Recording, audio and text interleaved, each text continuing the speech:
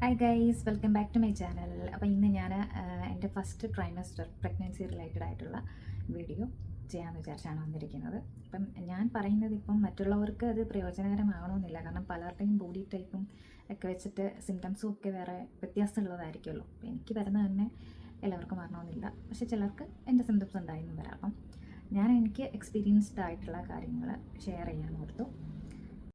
അപ്പം നമ്മുടെ അമ്മമാരൊക്കെ പറയും, ഞങ്ങൾ 10 മാസം ഭയങ്കര കഷ്ടപ്പെട്ടാണ് നിങ്ങളെ ചുമന്നത് എന്നൊക്കെ പറഞ്ഞ് വഴക്കൊക്കെ ഇടുമ്പം ഇനി സംസാരിക്കുമല്ലോ. അപ്പം നമ്മൾ ആലോചിക്കും, ഇതിലെന്താ ഇത്ര പ്രത്യേകതയായിട്ടുള്ളത്? 10 മാസം ചുമക്കുന്നതിന് എന്താ സ്പെഷ്യലായിട്ടുള്ളത്? അത് വലിയ ബുദ്ധിമുട്ടുള്ള കാര്യമല്ലല്ലോ, പ്രസവവേദന ഒഴിച്ചാൽ ബാക്കി ചുമക്കുന്ന അത്ര പാടുപെട്ട കാര്യമല്ലല്ലോ എന്നൊക്കെ നമ്മൾ പറയുമായിരിക്കും. പക്ഷെ എക്സ്പീരിയൻസ് ചെയ്യുമ്പോൾ നമുക്ക് മനസ്സിലാവും എത്രയും ഒരുപാട് ബുദ്ധിമുട്ടുകൾ അനുഭവിച്ചാണ് ഒരു 10 മാസം അമ്മമാർ കുഞ്ഞുങ്ങളെ എന്താ പറയുക വളർത്തി ഇത്രയും ആക്കുന്നത്. അപ്പം എനിക്ക് അനുഭവം വന്നതെന്ന് പറഞ്ഞു കഴിഞ്ഞാൽ ഫസ്റ്റ് ട്രൈമസ്റ്റർ മൊത്തം ഒരു ഭയങ്കര പാടുപെട്ട ഒരു സമയമായിരുന്നു. ചിലർക്ക് എല്ലാവർക്കും എന്താ പറയുക ഇതുപോലെ ആവണമെന്നില്ല, പലർക്കും വ്യത്യസ്തമായിരിക്കാം. എല്ലാവർക്കും ഇപ്പം വൊമിറ്റിംഗ് ഉള്ള ആൾക്കാർക്ക് ഭയങ്കര പാടായിരിക്കും ഫുഡ് കഴിക്കാനും. റെസ്റ്റ് ചെയ്താലും പോലും നമുക്കത് ഫുഡ് ശരീരത്തില്ലാത്തതുകൊണ്ട് ഉള്ള ബുദ്ധിമുട്ടുണ്ടാകും, ഡീഹൈഡ്രേഷൻ ഉണ്ടാകും. അപ്പം എൻ്റെ ചില ഫ്രണ്ട്സൊക്കെ വൊമിറ്റിങ് ഒന്നും ഇല്ലാതെ വളരെ ഫ്രീ ആയിട്ട് ഫസ്റ്റ് ട്രൈമസ്റ്ററും സെക്കൻഡ് ഫുള്ളും ആ ഒരു പ്രഗ്നൻസി ജേർണി ഫുള്ളും നല്ല അത്യാവശ്യം ഫുഡൊക്കെ കഴിക്കാൻ പറ്റിയിട്ടുള്ള ആൾക്കാരൊക്കെ എനിക്കറിയാം കേട്ടോ. അപ്പം അവർക്ക് അത്യാവശ്യം എന്താ പറയുക ലക്കാണ് അങ്ങനെ ഉണ്ടാവുന്നതെന്ന് പറഞ്ഞാൽ. നമ്മൾ ഇതുള്ള സമയത്ത്, വോമിറ്റിംഗ് ഉള്ള സമയത്ത് നമുക്കൊന്നും കഴിക്കാൻ പറ്റില്ല, ഒരു ഗ്ലാസ് വെള്ളം പോലും നമുക്ക് തികച്ച് കുടിക്കാൻ പറ്റില്ല.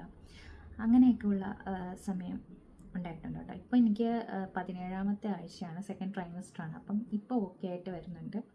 ഇപ്പോൾ വോമിറ്റിംഗ് ഒന്നും അധികമില്ല, വെള്ളം നല്ലപോലെ കുടിക്കാൻ പറ്റുന്നുണ്ട്, ജ്യൂസസ് കഴിക്കാൻ പറ്റും. പിന്നെ എനിക്ക് എന്തൊക്കെ കഴിക്കാൻ പറ്റുമില്ല എന്നുള്ളത് ഞാനിപ്പോൾ പറയാം. എനിക്ക് ഒരു 5ാമത്തെ വീക്ക് മുതലേ വോമിറ്റിംഗ് സ്റ്റാർട്ട് ചെയ്തു കേട്ടോ. അപ്പം എൻ്റെ ഡേറ്റ് മിസ്സായതിന് ഒരു 2 ദിവസം മുന്നേ തന്നെ കാർഡ് പോസിറ്റീവ് കാണിച്ചു. അത് കഴിഞ്ഞ് ഡേറ്റ് കഴിഞ്ഞിട്ടാണ് നമ്മൾ ഹോസ്പിറ്റലിൽ പോയി കാണിക്കുന്നത്. അപ്പം HCG ഒക്കെ ടെസ്റ്റ് ചെയ്തു, അപ്പോൾ പോസിറ്റീവ് ആണെന്ന് അറിഞ്ഞു. അതേ പിന്നെ ഒരാഴ്ച എനിക്ക് വലിയ പ്രശ്നം ഉണ്ടായിരുന്നില്ല. അതായത് 4ാമത്തെ ആഴ്ച, 5ാമത്തെ ആഴ്ചകളായിട്ടായപ്പം മുതൽ ചെറിയ രീതിയിൽ ഇങ്ങനെ വൊമിറ്റിങ് ഉണ്ടായി തുടങ്ങി. അപ്പോൾ വൊമിറ്റിംഗ് എന്ന് പറഞ്ഞു കഴിഞ്ഞാൽ ആദ്യമൊക്കെ വലിയ പ്രശ്നമൊന്നും ഉണ്ടായിരുന്നില്ല, എന്തെങ്കിലുമൊക്കെ കഴിക്കാമായിരുന്നു, ഫുഡ് കഴിക്കാം, വെള്ളം കുടിക്കാം, ചായ കുടിക്കാം, അങ്ങനെ എന്ത് വേണമെങ്കിലും കഴിക്കാം. പക്ഷേ അത് കഴിഞ്ഞപ്പോൾ മുതൽ ചില ഫുഡ് മാത്രം കഴിക്കാം എന്നുള്ള ഒരവസ്ഥയിലേക്ക് വന്നു.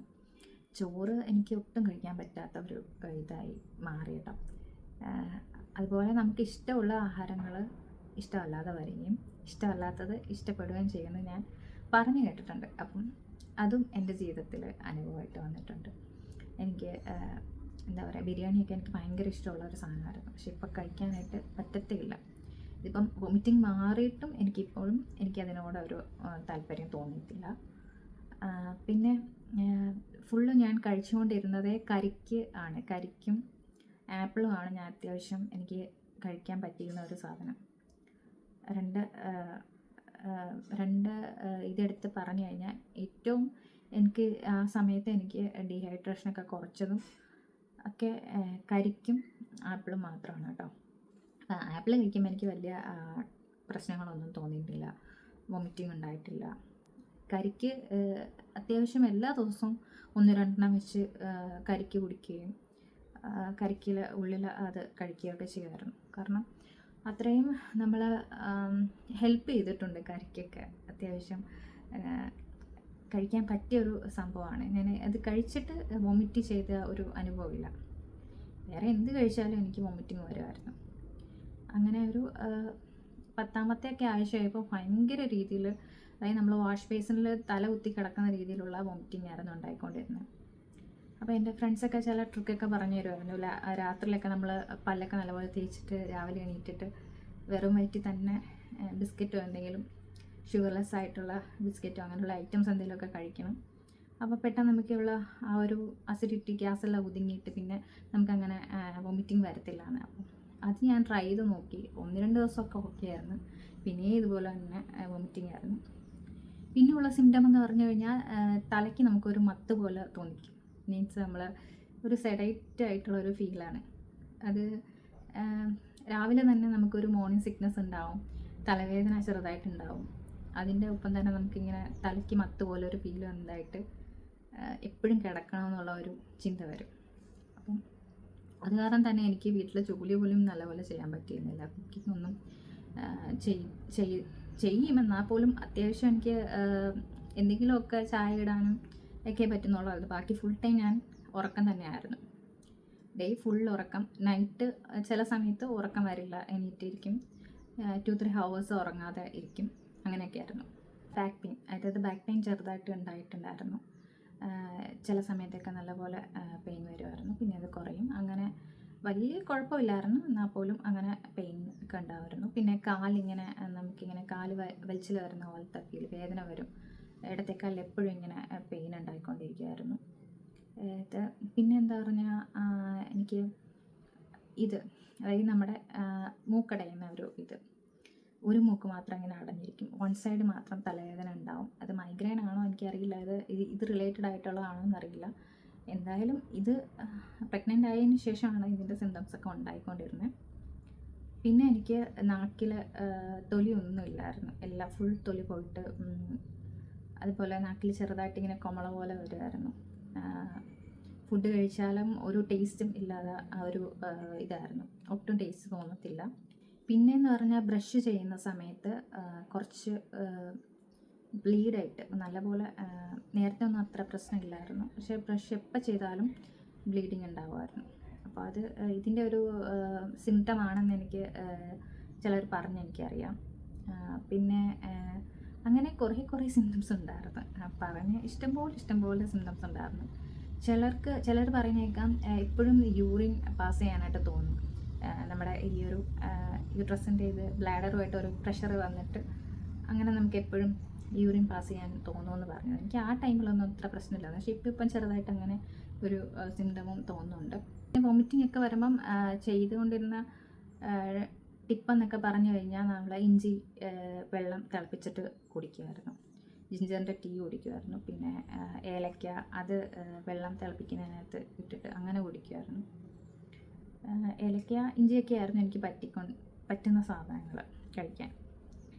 ചിലപ്പം നാരങ്ങ വെള്ളം കുടിച്ചാൽ മതി എന്നൊക്കെ എല്ലാവരും പറയുന്നേക്കാം. പക്ഷെ എനിക്ക് അസിഡിറ്റിയുടെ പ്രശ്നമുള്ളതുകൊണ്ട് സിട്രസ് ആയിട്ടുള്ള ഒരു ഫ്രൂട്ട് ആയതുകൊണ്ട് നമുക്കത് കഴിക്കാൻ പറ്റില്ലായിരുന്നു. പിന്നെ എനിക്ക് അത് കാരണം തന്നെ ഡോക്ടർ നമുക്ക് കുറച്ച് അസിഡിറ്റി കുറയ്ക്കാനുള്ള ഇതൊക്കെ തരുമായിരുന്നു, സിറപ്പെല്ലാം തരുമായിരുന്നു. പിന്നെ വൊമിറ്റിങ്ങിൻ്റെ ടാബ്ലറ്റ്സും തരുമായിരുന്നു. ചില സമയമൊക്കെ നമ്മൾ വൊമിറ്റ് ചെയ്യുന്നത് ഈ ഗുളികയും കൂടെയാണ്. ടാബ്ലറ്റ് കഴിച്ചിട്ട് അപ്പം തന്നെ വൊമിറ്റ് ചെയ്യും. അപ്പോൾ പിന്നെ ഗുളിക കഴിച്ചിട്ടും പ്രയോജനമില്ലാത്ത ഒരവസ്ഥയാണ്. അങ്ങനെ ഒരു സിറ്റുവേഷൻ ഉണ്ടായിട്ടുണ്ട്. നമ്മൾ ഹോസ്പിറ്റലിൽ പോകേണ്ട സമയം ഉണ്ടായിട്ടുണ്ട് ഡീഹൈഡ്രേഷനായിട്ട്, പക്ഷേ പോയിട്ടില്ല ഇതുവരെ. ഞാൻ അത്യാവശ്യം വെള്ളമൊക്കെ എങ്ങനെയുമൊക്കെ ഞാൻ കുടിക്കുമായിരുന്നു, ഗ്ലൂക്കോസൊക്കെ കലക്കിയിട്ട് അങ്ങനെയൊക്കെ കുടിക്കുമായിരുന്നു. സോ ക്ഷീണം കൊണ്ടാണോ എന്തോ അറിയില്ല, നമ്മൾ സ്റ്റെപ്പൊക്കെ കയറുമ്പോൾ നമുക്ക് കുറച്ചിങ്ങനെ അണയ്ക്കൽ വരുമായിരുന്നു. നേരത്തെയൊക്കെ ചാടി ഓടിയൊക്കെ ആയിരുന്നു സ്റ്റെപ്പൊക്കെ കയറിക്കൊണ്ടിരുന്നത്. നടക്കുമ്പോഴും അങ്ങനെ വലിയ പ്രശ്നങ്ങളൊന്നും ഉണ്ടായിരുന്നില്ല. പക്ഷേ ഇപ്പം ചെറുതായിട്ട് നമ്മൾ സ്റ്റെപ്പൊക്കെ ചെറുതായിട്ട് കയറിയാലും നമുക്ക് കുറച്ച് ക്ഷീണം ഉണ്ടാവും, അന്നേരം ഒന്ന് റെസ്റ്റ് ചെയ്യും. അങ്ങനെയൊക്കെയുള്ള അനുഭവങ്ങളാണ് ഇപ്പോൾ ഉള്ളത്. എനിക്ക് ചില സ്മെല്ലൊന്നും എനിക്ക് പിടിക്കത്തില്ലായിരുന്നു.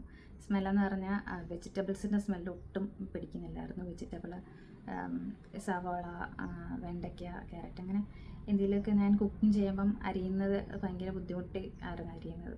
അന്നേരം ഭയങ്കര ഒരു സ്മെല്ലൊക്കെ വന്നിട്ട് നമുക്ക് ഛർദ്ദിക്കാൻ തോന്നുമായിരുന്നു.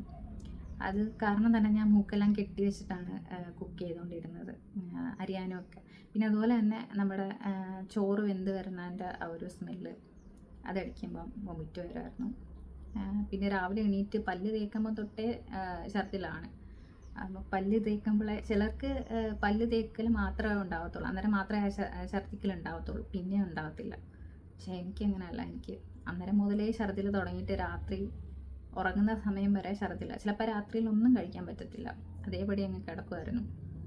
പിന്നെ രാവിലെ എണീക്കുമ്പം നമുക്ക് ആ ഒരു ശരീരത്ത് ആ ഒരു ക്ഷീണം ഉണ്ടാവുമായിരുന്നു. എൻ്റെ വെയിറ്റ് ഒരു 1-3 kg കുറഞ്ഞായിരുന്നു.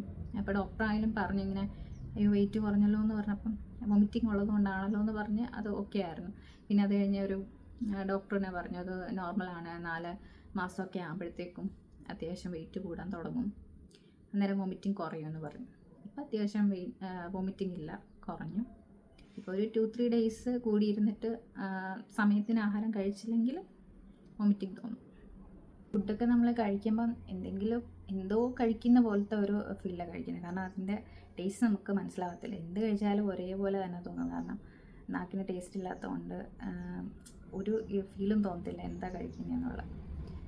കഞ്ഞി ചോറും ഒന്നും ഒട്ടും കഴിക്കാൻ പറ്റത്തില്ലായിരുന്നു. പിന്നെ രാവിലെയൊക്കെ ദോശ ഉണ്ടാക്കിയാൽ ഞാൻ എക്സ്ട്രാ ഉച്ചക്കത്തേക്കും വൈകുന്നേരത്തേക്കും വേണ്ടിയിട്ടൊക്കെ ഉണ്ടാക്കും.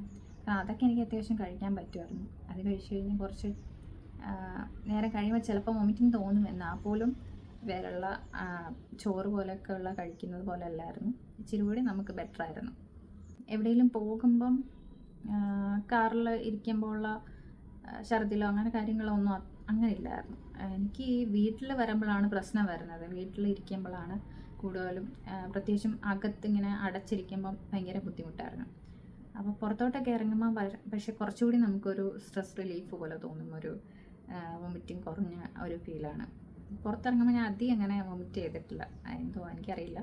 5-ാമത്തെ ആഴ്ച തൊട്ട് ഒരു 15-16-ാമത്തെ ആഴ്ച വരെ അത്യാവശ്യം വൊമിറ്റിംഗ് ഉണ്ടായിരുന്നു. ഫുള്ള് ഏറ്റവും ഇമ്പോർട്ടൻ്റ്, ഏറ്റവും മെയിനായിട്ട് പറയേണ്ട ഒരു സിംറ്റം വൊമിറ്റിംഗ് തന്നെയായിരുന്നു. അപ്പം എന്നാലും ഇല്ലാത്ത ആൾക്കാർക്ക് ഭയങ്കര എന്താ പറയുക ഭാഗ്യം തന്നെയാണ്, എന്തെങ്കിലുമൊക്കെ കഴിക്കാൻ പറ്റുമല്ലോ എന്നുള്ള ഒരു ഇത്. പക്ഷെ നമുക്ക് ഒട്ടും പറ്റത്തില്ലായിരുന്നു. ആ ഒരു 3 മാസം എങ്ങനെ കഴിഞ്ഞ് കിട്ടിയെന്ന് എനിക്ക് തന്നെ അറിയത്തില്ല, അത്രയും ഒരു സിറ്റുവേഷനായിരുന്നു. ഭയങ്കര എന്താ പറയുക, ഒരു നമുക്ക് തന്നെ ഒരു മൂഡ് സ്വിങ്സൊക്കെ വരും തനിയെ. എന്താ വിഷമമുള്ളതെന്ന് കാര്യം ഒന്നും കാണത്തില്ല, ചിലപ്പോൾ വിഷമം ഉണ്ടാകുന്നതിൻ്റെ ചുമ്മാ ദേഷ്യം വരും, വിഷമം വരും, അങ്ങനെ മൂഡ് സ്വിങ്സൊക്കെ നല്ലപോലെ ഉണ്ടാകുമായിരുന്നു. ഉള്ള ടെസ്റ്റസും കാര്യങ്ങളും ഒക്കെ ചെയ്യുമല്ലോ ഹോസ്പിറ്റലിൽ, എല്ലാ ബ്ലഡ് ടെസ്റ്റും യൂറിനും അങ്ങനെ എല്ലാ ടെസ്റ്റും ചെയ്യും. അപ്പോൾ അതെല്ലാം നോർമലായിരുന്നു. യൂറിനറി ഇൻഫെക്ഷനൊക്കെ ഉണ്ടാവുമെന്നാണ് ഞാൻ വിചാരിച്ചത്, കാരണം വെള്ളമൊന്നും അധികം കുടിക്കുന്നില്ലായിരുന്നു. പക്ഷെ അത്യാവശ്യം അതൊന്നും കുഴപ്പമില്ലാതെ ഓക്കെ ആയിരുന്നു. പിന്നെ ഇപ്പോഴൊക്കെ എന്ന് പറഞ്ഞാൽ എനിക്ക് അത്യാവശ്യം ഒരു ഗ്ലാസ് ഫുള്ളും തികച്ച് വെള്ളം കുടിക്കാൻ പറ്റുമായിരുന്നു. നേരത്തെ എനിക്ക് ഒരു ഗ്ലാസ് എന്ന് പറയുന്നത് ഹവേഴ്സ് എടുത്ത് ഞാൻ പതുക്കെയായിരുന്നു കുടിച്ചുകൊണ്ടിരുന്നത്. പിന്നെ അതിനകത്ത് ഗ്ലൂക്കോസ് കലക്കി കുടിക്കുമായിരുന്നു. അങ്ങനെയൊക്കെയാണ് ഡേയ്സ് പോയിക്കൊണ്ടിരുന്നത്. ഞാൻ ആഹാരം കഴിച്ചതെന്ന് പറഞ്ഞു കഴിഞ്ഞാൽ അമ്മ ഫുഡ് എന്തെങ്കിലും വാരി തരുമ്പം നമ്മൾ കഴിക്കും. അപ്പോൾ അന്നേരം ചോറാണേലും എന്താണേലും ചിലപ്പം അമ്മ ഉണ്ടാക്കുന്നതുകൊണ്ടാണോ എന്തോ, അതോ വാരി തരുന്നതുകൊണ്ടാണോ എന്തോ അറിയത്തില്ല, ആ സമയത്തൊക്കെ നമ്മൾ ഫുഡ് നല്ലപോലെ കഴിക്കുമായിരുന്നു. എനിക്ക് ഈ പാവയ്ക്ക തീയലൊക്കെ ഭയങ്കര ഇഷ്ടമാണ്. അപ്പോൾ അതെല്ലാം അമ്മ ഇങ്ങനെ ചോറിൽ കുഴച്ച് വാരിത്തരുമ്പോൾ അതൊക്കെ ഞാൻ നല്ലപോലെ ആസ്വദിച്ച് കഴിക്കുമായിരുന്നു. അന്നേരം എനിക്കറിയില്ല, അന്നേരം ഒന്നും വൊമിറ്റിംഗ് വരത്തുമില്ല. അപ്പം അമ്മ വീട്ടിലുണ്ടായിരുന്ന ഒരു 2-3 ദിവസം ഞാൻ നല്ലപോലെ ചോറ് കഴിച്ചിരുന്നു. ആ സമയത്ത് കുറച്ച് ക്ഷീണമൊക്കെ കുറവായിരുന്നു. പക്ഷെ ഞാൻ തനിയെ ഞാനിപ്പോൾ ഉണ്ടാക്കിയ ടേസ്റ്റുള്ള ഫുഡാണെങ്കിൽ പോലും എനിക്ക് കഴിക്കാൻ പറ്റത്തില്ലായിരുന്നു. ആരെങ്കിലും നിർബന്ധിച്ച് വാരിത്തന്നാൽ ചിലപ്പം കഴിക്കാൻ തോന്നും. ഫുഡ് ഉണ്ടാക്കുമ്പം എത്ര നല്ലപോലെ ഉണ്ടാക്കിയാലും തിന്നാൻ തോന്നത്തില്ല. ചില സമയത്ത് എനിക്ക് ഫുഡ് ഇന്നത് കഴിക്കാൻ തോന്നിയിട്ട് ഞാൻ തന്നെ ഉണ്ടാക്കി കഴിക്കാനായിട്ട് എടുക്കുമ്പോൾ കഴിക്കാൻ പറ്റാത്ത സിറ്റുവേഷനാണ്. ചിലപ്പോൾ അത് കഴിച്ചാൽ ഉടനെ വൊമിറ്റ് ചെയ്യുകയും ചെയ്യും. അങ്ങനെ ചിലതൊക്കെ ഇഷ്ടം തോന്നിയിട്ട് വാങ്ങിച്ച് കഴിക്കാറുണ്ട്. കഴിക്കുന്നതേ അറിയത്തുള്ളൂ, പിന്നെ അത് വൊമിറ്റിംഗ് ആയിരിക്കും. അങ്ങനെയായിരുന്നു ടൈം പോയിക്കൊണ്ടിരുന്നത്. ഇപ്പം നല്ല ആശ്വാസമുണ്ട്, ഇപ്പം എന്തെങ്കിലുമൊക്കെ കഴിക്കാൻ പറ്റുന്നുണ്ട്. എന്നാൽ പോലും ചോറ് ഇപ്പോഴും ആ ഒരു ഇഷ്ടം തിരിച്ച് വന്നിട്ടില്ല. ചോറിനോടുള്ള ബിരിയാണി ചോറൊന്നും കഴിക്കാൻ ഇപ്പോഴും തോന്നിയിട്ടില്ല. ബാക്കിയുള്ള ഐറ്റംസ് ഇഷ്ടമല്ലായിരുന്നതും എനിക്കിപ്പോൾ കഴിക്കാൻ പറ്റുന്നുണ്ട്. ഈ അച്ചപ്പം, പക്കാവട അങ്ങനെയുള്ള ഐറ്റംസൊന്നും എനിക്ക് ഇഷ്ടമല്ലായിരുന്നു. മുറുക്ക് അതൊക്കെ പണ്ട് എനിക്ക് ഇഷ്ടമല്ലാത്ത ഫുഡായിരുന്നു. പക്ഷെ ഇപ്പോൾ എനിക്ക് അതിനോടൊക്കെ ഇഷ്ടമാണ്. ഞാൻ അതൊക്കെ ഇരുന്ന് കഴിക്കും. ഇഷ്ടമുള്ള ചില ആഹാരങ്ങൾ കഴിക്കാനും തോന്നില്ല, അങ്ങനെയാണ്. പിന്നെ നമ്മൾ പണ്ടൊക്കെ കഴിച്ച് മറന്ന ഫുഡൊക്കെ ഇപ്പോൾ കഴിക്കാൻ തോന്നുന്നുണ്ട്. പക്ഷെ അതൊന്നും കിട്ടാനും ചാൻസ് ഇല്ല. അങ്ങനെയുള്ള ഐറ്റംസൊക്കെ ആയിരിക്കും. അങ്ങനെയൊക്കെയാണ് ഫസ്റ്റ് ട്രൈമസ്റ്റർ പോയിക്കൊണ്ടിരുന്നത്. ഇപ്പോൾ സെക്കൻഡ് ട്രൈമസ്റ്റർ ആയതുകൊണ്ട് ഒരു ആശ്വാസമുണ്ട്. എല്ലാത്തിനും ഒരു ക്ഷീണമൊക്കെ കുറഞ്ഞ് എനർജി ലെവലെ കുറച്ച് ഇങ്ങനെ പീക്കായിട്ട് കയറി വരുന്നുണ്ട്. പിന്നെ എനിക്ക് ഉണ്ടായ സിംറ്റംസ് ഒന്നും പറയാൻ പറ്റില്ല. എന്താ എനിക്കറിയില്ല. എനിക്കിങ്ങനെ പെയിൻറ്റിങ്സിനോടൊക്കെ ഭയങ്കര ഒരു ക്രേവിങ്സ് പോലെ തോന്നിയായിരുന്നു. നമ്മുടെ ചുവരിലൊക്കെ വയ്ക്കുന്ന ഞാൻ കുറേ ആമസോണിൽ നിന്നും ഇവിടെയൊക്കെ മീഷോ, ഫ്ലിപ്കാർട്ടിലൊക്കെ ഇങ്ങനെ എപ്പോഴും നോക്കിക്കൊണ്ടിരിക്കും പെയിൻറ്റിങ്സ് നമ്മുടെ ചുവരിൽ വയ്ക്കാൻ പറ്റിയ ഏതൊക്കെ ടൈപ്സ് ഉണ്ടാവും. അങ്ങനെ 1-2 വാങ്ങിക്കുകയും ചെയ്തു. പിന്നെ വരയ്ക്കാനിരുന്ന് ശ്രമിക്കുമായിരുന്നു. ആ സമയത്ത് എന്തോ എനിക്ക് ഇപ്പോൾ ക്ഷീണമാണെങ്കിലും വൊമിറ്റിംഗ് ആയിട്ട് തീരെ വയ്യാതിരുന്നാലും എൻ്റെ ചിന്തകൾ മൊത്തം ഇതൊക്കെയായിരുന്നു. എനിക്കിങ്ങനെ പെയിൻറ്റിങ്സിനോട് ഭയങ്കര ഒരു ഇത് തോന്നിയിട്ട് വീട്ടിലൊക്കെ ഇങ്ങനെ അലങ്കരിച്ച് വെക്കാൻ പറ്റിയ എന്തൊക്കെ ടൈപ്പ് സാധനങ്ങളുണ്ട് അതൊക്കെയായിരുന്നു ഞാനിന്ന് നോക്കിക്കൊണ്ടിരുന്നത്. ഇതേപോലെയൊക്കെ കുറേ പെയിൻറ്റിങ്സ് ഇങ്ങനെ വീട്ടിൽ എന്തൊക്കെ വെക്കാൻ പറ്റിയ ഐറ്റംസ് ഉണ്ട് അതെല്ലാം നോക്കി ഇരിക്കലായിരുന്നു എൻ്റെ പണി. ഇവിടെ അടുത്തൊരു കൃഷി സ്ഥലമാണ് കേട്ടോ, വീടിൻ്റെ അപ്പുറത്തായിട്ട്. അപ്പോൾ അവിടെ ഇങ്ങനെ ആൾക്കാർ മെഷീൻ വെച്ചിട്ട് പുല്ലൊക്കെ ഇങ്ങനെ വെട്ടും, ക്ലീൻ ആക്കുകയൊക്കെ ചെയ്യല്ലോ. അപ്പം എനിക്ക് അതിൻ്റെ സൗണ്ട് കേൾക്കുമ്പോൾ ഭയങ്കര അലർജിയായിരുന്നു. ആ സൗണ്ട് കേൾക്കാൻ നമുക്ക് വൊമിറ്റ് ചെയ്യാൻ തോന്നുമായിരുന്നു. അങ്ങനെയൊക്കെ ആയിരുന്നു. അപ്പോൾ ആരെങ്കിലും ഫസ്റ്റ് ട്രൈമസ്റ്ററിൽ ബുദ്ധിമുട്ട് അനുഭവിക്കുന്നുണ്ടെങ്കിൽ എനിക്ക് അവരോട് പറയാനുള്ളത് ഇത്ര മാത്രമേ ഉള്ളൂ. 3 മാസം നമ്മൾ എന്തായാലും ഇത് അനുഭവിക്കാതെ പറ്റില്ല. പിന്നെ ഫുഡിൻ്റെ കാര്യത്തിലൊക്കെ നമ്മൾ കഴിക്കാതിരിക്കില്ല എന്ന് മാത്രമേ പറയാനുള്ളൂ. കാരണം കഴിച്ചില്ലെങ്കിൽ നമ്മൾ ഭയങ്കരമായിട്ട് ബോഡി ഡീഹൈഡ്രേറ്റഡ് ആവും. പിന്നെ ഹോസ്പിറ്റലിൽ നിന്ന് ഇറങ്ങാനേ ടൈം കാണത്തില്ല. അപ്പോൾ അത് കാരണം എന്തെങ്കിലുമൊക്കെ കഴിക്കുന്നതാണ് ബെറ്റർ. നിങ്ങൾ ഛർദ്ദിച്ചാലും കുഴപ്പമില്ല എന്നുള്ള രീതിയിൽ ഫുഡ് കഴിക്കുക. പിന്നെ എന്താ പറയുക, വൊമിറ്റിംഗ് നല്ലപോലെയൊക്കെ തോന്നുന്ന ടൈമിൽ ജിഞ്ചർ ടീയും ഏലക്ക ഉള്ള ചായയോ അല്ലെങ്കിൽ ഏലക്കിട്ട വെള്ളം അങ്ങനെയൊക്കെ ട്രൈ ചെയ്താൽ കുറച്ചൊക്കെ ഒന്ന് നമുക്കിത് കുറയ്ക്കാൻ പറ്റും. പിന്നെ ടാബ്ലറ്റ്സ് എടുക്കുന്നതുകൊണ്ട് വലിയ കുഴപ്പമൊന്നുമില്ല. ടാബ്ലറ്റ്സ് ഞാൻ കഴിക്കുമായിരുന്നു. അത് കഴിക്കുന്നതുകൊണ്ട് കുറച്ചൊക്കെ ഫുഡ് കഴിക്കാൻ പറ്റുമായിരുന്നു. ഇപ്പോൾ കഴിക്കുന്നില്ല, നേരത്തെ തീരെ പറ്റാത്ത സമയത്തൊക്കെ കഴിക്കുമായിരുന്നു. പിന്നെ കരിക്കിൻ്റെ വെള്ളം നല്ലതാണ്. ഫ്രൂട്ട്സ് ധാരാളം കഴിക്കുക. അങ്ങനെ നമ്മളെ തന്നെ സ്ട്രോങ് ആക്കി വെക്കാം. നമുക്ക് കുഴപ്പമില്ല. നമ്മുടെ മൈൻഡ് ഓക്കെ ആകുമ്പം നമുക്ക് ഈ സിംറ്റംസ് ഉള്ളത് തന്നെ ഇച്ചിരിയൊക്കെ കുറവ്. ഇപ്പം തന്നെ വൊമിറ്റിങ്ങിനെ കുറിച്ച് ചിന്തിച്ചാൽ ചിലപ്പോൾ എനിക്ക് വൊമിറ്റ് ചെയ്യാൻ തോന്നും. ഞാൻ അതേക്കുറിച്ച് തിങ്ക് ചെയ്യാത്തതുകൊണ്ട് ഇപ്പോൾ ബെറ്ററായിട്ട് വരുന്നുണ്ട്. ഇപ്പോൾ ഓർക്കുന്ന പോലും ഇല്ല നേരത്തെയൊക്കെ നല്ലപോലെ വൊമിറ്റ് ചെയ്തുകൊണ്ടിരുന്ന ആളാണെന്നുള്ള ഇതേ ഇല്ല. അപ്പോൾ അത് കാരണം എന്തെങ്കിലുമൊക്കെ കഴിക്കാൻ പറ്റുന്നുണ്ട്. അപ്പോൾ ഇത്രയൊക്കെയാണ് എൻ്റെ എക്സ്പീരിയൻസ്. അപ്പം ഇത്രയൊക്കെ ഉള്ളൂ. Tata bye bye, see U.